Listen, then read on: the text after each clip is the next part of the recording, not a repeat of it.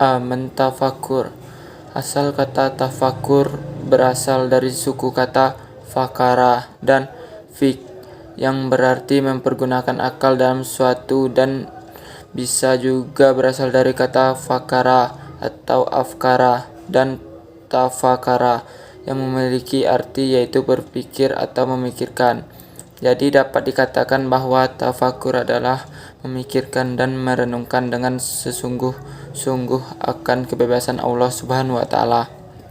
Cara mentafakuri alam semesta sebagaimana disebutkan atas bahwa tafakur identik dengan penghayatan atau tadabur dan tadzakur, mengingat-ingat. Maka dari itu harus kita lakukan adalah mengamati dan menghayati ciptaannya.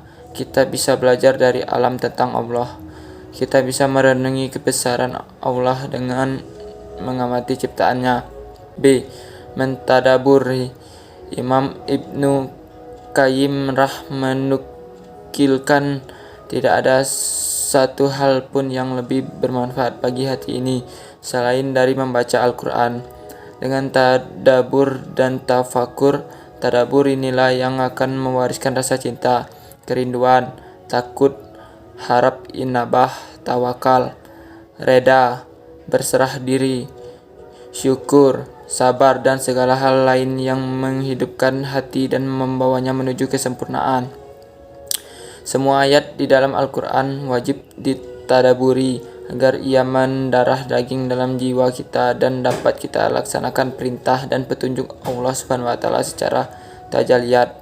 Contoh seperti ayat-ayat Al-Quran yang telah ditadaburi sahabat tabi'in, malah Rasulullah SAW sendiri berpikir, merenung, mengkaji, atau menyelidik, tetapi juga membawanya dalam salat baik yang wajib maupun yang sunnah.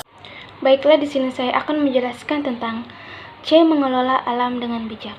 Alam dan lingkungan hidup pada hakikatnya ialah bagian dari integrasi kehidupan umat manusia, sehingga alam dan lingkungan hidup seharusnya dipandang sebagai komponen utama dalam tatanan ekosistem yang memiliki nilai terhadap dirinya dan elemen pendukung di dalamnya.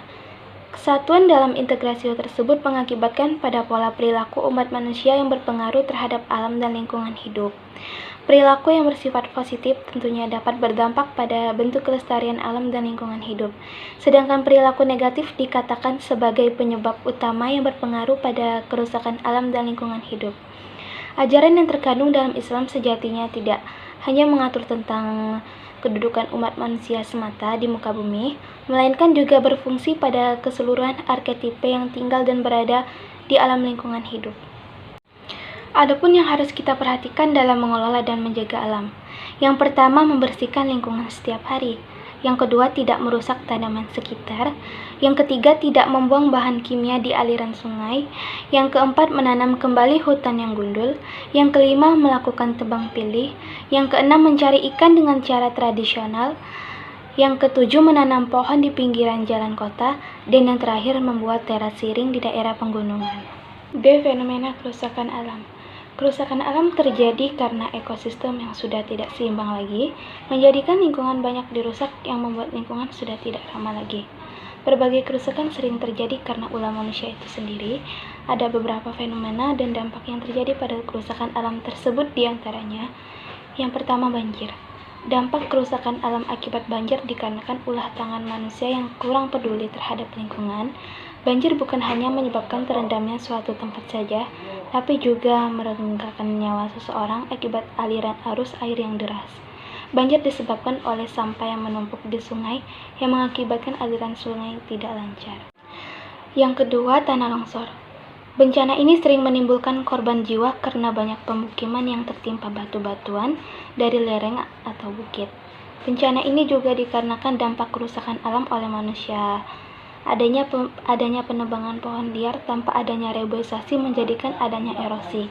Biasanya lereng gunung ataupun pegunungan daerah sekitarnya terjadi hujan lebat. Kumpulan pohon itulah yang menyerap air, tetapi jika mereka sudah ditebang tanpa adanya reboisasi, air hujan akan mengenai langsung tanah tersebut dan terjadilah erosi. Yang ketiga, pencemaran. Pencemaran ini disebabkan adanya pembuangan limbah yang sembarangan mengakibatkan pencemaran air yang melebar sampai ke pemukiman, apalagi jika sudah ada pabrik di suatu pemukiman. Hal inilah yang menyebabkan kerusakan alam dan berbagai lingkungan pun tercemar. Bahkan beberapa sungai pun bisa tercemar. Bukan itu saja, air dan udara pun ikut tercemar.